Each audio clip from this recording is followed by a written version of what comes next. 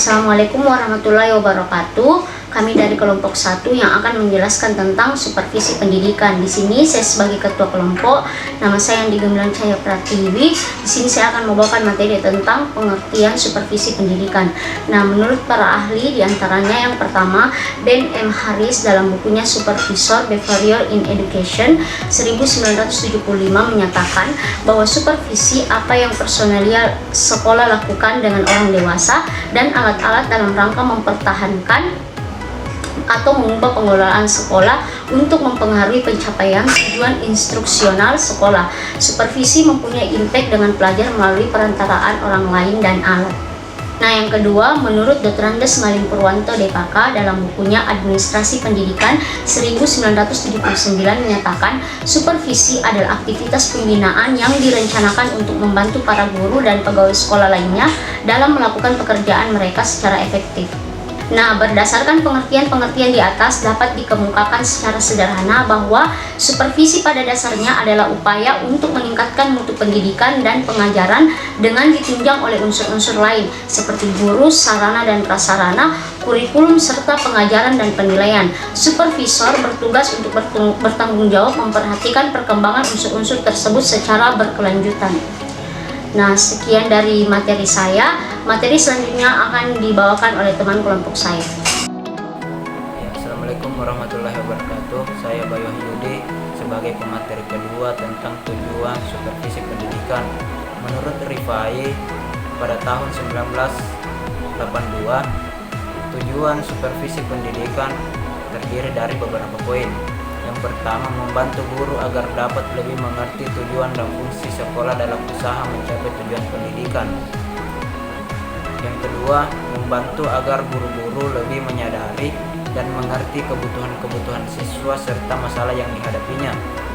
Yang ketiga, melaksanakan kepemimpinan efektif dengan cara yang demokratis dalam rangka meningkatkan kegiatan profesional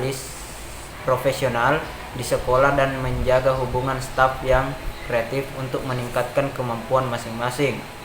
Yang keempat, menemukan kemampuan dan kelebihan tiap guru dan mengembangkan kemampuan tersebut.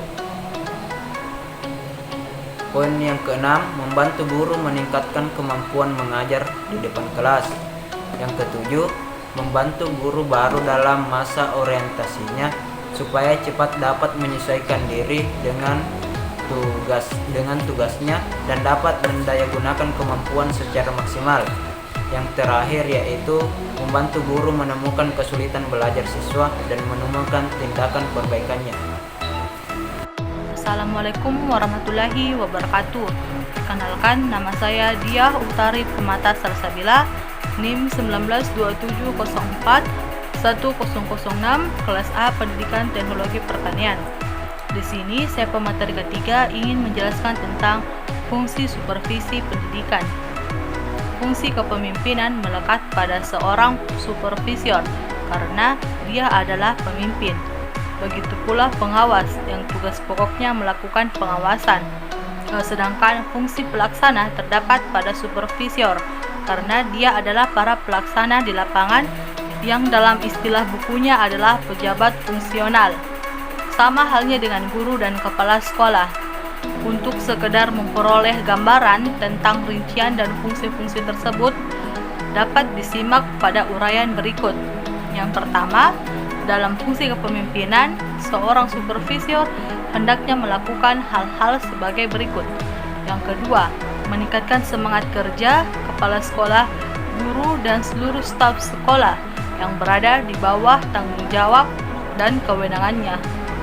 Ketiga, mendorong aktivitas dan kreativitas serta dedikasi seluruh personil sekolah. Yang keempat, mendorong terciptanya suasana kondusif di dalam dan di luar sekolah. Yang kelima, menampung, melayani, dan mengakomodir segala macam keluhan aparat kependidikan di sekolah tersebut dan berusaha membantu pemecahannya. Sekian yang dapat saya sampaikan, kurang lebihnya mohon dimaafkan. Wassalamualaikum warahmatullahi wabarakatuh. Bismillahirrahmanirrahim. Nama saya Muhammad Mufti Ma'arif, nomor induk 192704 2006. saya pemateri keempat akan menjelaskan tentang ruang lingkup supervisi pendidikan. Dalam dunia pendidikan dan pengajaran, terdapat 3 unsur pokok yang saling berkaitan antara yang satu dengan yang lainnya. Unsur-unsur yang dimaksud adalah unsur personal, material, operasional. Oleh sebab itu, ruang supervisi pendidikan pun mencakup unsur tersebut, yang bila dijabarkan akan tergambar sebagai berikut. Unsur personal. Lingkup pertama dalam supervisi pendidikan adalah para personal dalam sekolah atau madrasah yang disupervisi. Adapun personal yang dimaksud adalah kepala sekolah, pegawai tata usaha, guru, dan siswa. Yang kedua, unsur material. Hal pokok yang perlu disupervisi terhadap material dan sarana fisik lainnya adalah ketersediaan ruangan dan perpustakaan, laboratorium, ruang praktek ibadah, aula, dan lain-lain. Kedua, pengelolaan dan perawatan terhadap fasilitas tersebut. Ketiga, pemanfaatan buku-buku teks pokok dan buku-buku penunjang. Selanjutnya, unsur operasional. Hal-hal pokok yang perlu disupervisi terhadap unsur-unsur operasional antara lain yaitu masalah yang berkaitan dengan teknis edukatif yang mencakup kurikulum, proses belajar mengajar, evaluasi atau penilaian, kegiatan ekstrakurikuler, pengembangan. Hal-hal pokok yang perlu disupervisi terhadap unsur-unsur operasional antara lain masalah yang berkaitan dengan teknis edukatif yang mencakup kurikulum, proses belajar mengajar, evaluasi atau penilaian, kegiatan ekstrakurikuler. Kemudian masalah yang berkaitan dengan teknis administratif yang mencakup administrasi personal, administrasi material, administrasi kurikulum. Ketiga, masalah yang berkaitan dengan koordinasi dan kerjasama yang mencakup sekolah dengan keluarga dan masyarakat, sekolah dengan sekolah-sekolah lainnya, sekolah dengan lembaga swadaya masyarakat, sekolah dengan organisasi kepemudaan, sekolah dengan instansi pemerintahan terkait. Kemudian masalah yang berkaitan dengan pengembangan kelembagaan yang mencakup pengembangan KKG dan MGMP, pengembangan KKS dan MKKKS, hubungan antara KKG, MGMP dan Pokjawas, pendayagunaan wadah KKG dan MGMP yang ada. Selanjutnya, masalah-masalah yang berkaitan dengan ekstrakurikuler seperti peringatan hari besar di sekolah, peringatan hari besar, kegiatan pesantren kilat, kegiatan sosial kemasyarakatan. Sekian, alhamdulillah. Baik, bismillahirrahmanirrahim. Assalamualaikum warahmatullahi wabarakatuh. Perkenalkan, nama saya Muhammad Munawir, NIM 192704009. Adalah salah satu mahasiswa dari program studi Pendidikan Teknologi Pertanian kelas A, Fakultas Teknik Universitas Negeri Makassar. Baik, di sini saya sebagai pemateri kelima yang akan menjelaskan mengenai teknik-teknik supervisi pendidikan. Nah, dalam melakukan tugas-tugas supervisi, para supervisor atau orang yang melakukan supervisi, terutama pengawas, dapat memilih atau menggunakan beberapa teknik supervisi. Antara lain, pertama, kunjungan kelas.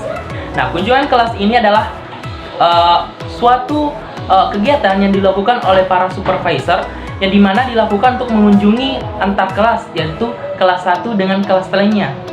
Kemudian yang kedua yaitu kunjungan sekolah. Nah, kunjungan sekolah ini para supervisor atau terutama pengawas melakukan kunjungan ke sekolah-sekolah, yaitu antara sekolah 1, sekolah 2, sekolah 3, dan seterusnya. Kemudian ada yang dinamakan pula teknik yang ketiga itu tes dadakan. Nah, tes dadakan ini adalah tes yang dilakukan secara mendadak oleh para supervisor. Nah, biasanya tes dadakan ini dilakukan secara tiba-tiba tanpa adanya persetujuan atau pengumuman sebelumnya. Kemudian ada teknik dinamakan konferensi kasus, observasi dokumen, wawancara. Di sini wawancara bisa dilakukan dengan para warga yang ada di lingkungan sekolah, yaitu dengan cara bertanya-tanya atau mewawancarai salah satu warga sekolah atau guru yang ada di sekolah untuk mengambil informasi tertentu. Kemudian yang ada dinamakan angket, dan yang terakhir yaitu laporan tertulis. Nah, laporan tertulis ini adalah observasi teknik supervisi yang dilakukan oleh para supervisor secara tertulis. Seperti itu. Terima kasih. Bismillahirrahmanirrahim. Saya pemateri ke-6, nama saya Nadia Wahdania. Saya akan membahas mengenai peranan supervisi. Menurut RIFAI 1982, peranan supervisi itu ada 7 macam. Yang pertama itu ada supervisi sebagai kepemimpinan. Yang dimaksud sebagai kepemimpinan itu ialah hendaklah mempunyai kemampuan untuk menggerakkan atau mempengaruhi guru agar mau meningkatkan kemampuan profesionalnya, sehingga proses belajar mengajar dapat lebih baik dan lebih efektif. Yang kedua itu ada supervisi sebagai inspeksi. Supervisi dapat diawali dengan inspeksi. Tujuan inspeksi itu antara lain adalah untuk mendapatkan data atau informasi mengenai pelaksanaan proses belajar mengajar. Proses belajar mengajar yang dilaksanakan oleh guru. Terus yang ketiga itu supervisi sebagai penelitian. Supervisi di sini berperan sebagai penelitian, terutama untuk mengetahui objektivitas dan relevansi data dengan permasalahan yang ditemui pada waktu inspeksi. Yang keempat itu ada supervisi sebagai latihan dan bimbingan. Berdasarkan kesimpulan yang diperoleh melalui penelitian, dapat ditentukan tindakan-tindakan apa yang akan dilakukan untuk pembinaan atau peningkatan kemampuan guru dalam pengelolaan proses belajar mengajar. Yang kelima itu ada supervisi sebagai sumber dan pelayanan. Dalam proses supervisi, supervisor dapat berperan sebagai sumber informasi, sumber ide, sumber petunjuk dalam berbagai hal dalam rangka peningkatan kemampuan profesional guru. Yang keenam itu ada supervisi sebagai koordinasi. Kepala sekolah sebagai supervisor harus memimpin sejumlah guru dan staf masing-masingnya, dan staf dan guru masing-masing itu mempunyai tugas dan tanggung jawab sendiri-sendiri. Yang ketujuh itu ada supervisi sebagai evaluasi. Untuk mengetahui kemampuan guru yang akan dibina, perlu dilakukan evaluasi sehingga program supervisi cocok dengan kebutuhan guru. Terima kasih. Saya atas nama Nur Husna, NIM 1927040007, pemateri ke-7 dengan tema peran supervisor dalam supervisi pendidikan. Nah, ada beberapa pendapat tentang peran supervisor pendidikan, diantaranya menurut M. Haris mengemukakan 10 bidang tugas supervisor, yaitu 1. Mengembangkan kurikulum, 2. Pengorganisasian pengajaran, 3. Pengadaan staf, 4. Penyediaan fasilitas, 5. Penyediaan bahan pengajaran, 6. Penyusunan penataan pendidikan, 7. Pemberian orientasi anggota staf, 8. Pelayanan murid, 9. Hubungan masyarakat, dan yang ke-10 pemilihan pengajaran.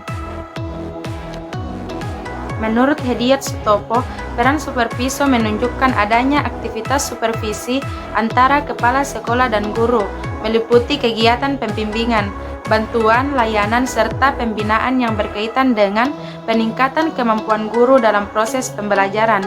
Nah, mengacu pada Peraturan Menteri Pendidikan Nasional Nomor 12 Tahun 2007 tentang standar pengawasan sekolah, maka kepala sekolah sebagai supervisor diantaranya yaitu membantu guru dalam perencanaan, pelaksanaan, dan evaluasi proses. Nah, kemudian menurut Made Pidarta, upaya yang dilakukan oleh supervisor dalam memberikan pekerjaan yang inovatif dan memantang, memberikan penghargaan atas prestasi kerja guru, memberikan kesempatan berkreasi baik individu maupun kelompok, serta memberikan kesempatan kepada guru untuk berpartisipasi dalam aktivitas sekolah. Nah, kemudian menurut Olivia, peran supervisor yang utama ada 4, yaitu yang pertama sebagai koordinator, kedua sebagai konsultan, ketiga sebagai pemimpin kelompok, dan keempat sebagai evaluator. Perkenalkan, saya atas nama Nurul Fajria Firhan dengan NIM 1927040010. Saya merupakan pemateri terakhir dan akan membahas tentang unsur-unsur supervisi. Yang pertama yaitu pengawas. Pengawas adalah penanggung jawab utama atas terjadinya pembinaan sekolah sesuai dengan jenis dan jenjang lembaga pendidikannya. Yang kedua, kepala sekolah. Kepala sekolah sebagai supervisor, setiap hari ia dapat secara langsung melihat dan menyaksikan kejadian, bahkan dengan langsung pula dapat memberikan pembinaan untuk peningkatan. Ketiga, wakil kepala sekolah bidang kurikulum. Tugas Wakasek bidang kurikulum ini adalah mengurusi semua urusan yang berkaitan dengan kurikulum dan pembelajaran. Keempat, wakil kepala sekolah bidang kesiswaan. Wakasek bidang kesiswaan adalah pejabat yang dapat dikatakan paling akrab dengan seluruh kehidupan siswa. Kelima, wali kelas. Wali kelas adalah personil yang bertanggung jawab atas kemajuan siswa di kelas tertentu. Keenam, petugas bimbingan dan konseling. Dalam kegiatan supervisi sekolah ini, petugas bimbingan dan konseling diberdayakan dan dihidupkan fungsinya sebagai pelaksana bimbingan studi, yaitu mengolah tentang hal-hal yang sangat berkaitan dengan upaya meningkatkan prestasi belajar siswa. Yang terakhir, petugas perpustakaan. Petugas perpustakaan sebagai orang yang telah ditunjuk dan diserahi tanggung jawab pengelola perpustakaan dapat membantu peningkatan prestasi siswa melalui pemanfaatan bahan koleksi perpustakaan. Nah, selanjutnya kesimpulan. Kata supervisi berasal dari bahasa Inggris supervision yang terdiri dari dua kata, yaitu super dan vision, yang mengandung pengertian melihat dengan sangat teliti pekerjaan secara keseluruhan. Orang yang melakukan supervisi disebut supervisor. Di samping tujuan, supervisi pendidikan juga diarahkan pada dua sasaran pokok, yaitu supervisi kegiatan yang bersifat teknis edukatif dan teknis administratif. Setelah mengetahui dan memahami tujuan dan sasaran supervise, maka hal penting lainnya yang perlu dikuasai pula oleh para supervisor adalah fungsi-fungsi supervisi. Dalam dunia pendidikan dan pengajaran terdapat 3 unsur pokok yang saling berkaitan antara yang satu dengan yang lainnya. Unsur-unsur dimaksud adalah unsur personal, material, dan operasional. Dalam melakukan tugas-tugas supervisi, para supervisor terutama pengawas dapat memilih dan menggunakan beberapa teknis supervisi, antara lain kunjungan kelas, kunjungan sekolah, tes dadakan, konferensi kasus, observasi dokumen, wawancara, angket, laporan tertulis, dan sebagainya. Nah, sekian dari materi kami mengenai supervisi pendidikan. Kurang lebihnya mohon dimaafkan. Wassalamualaikum warahmatullahi wabarakatuh.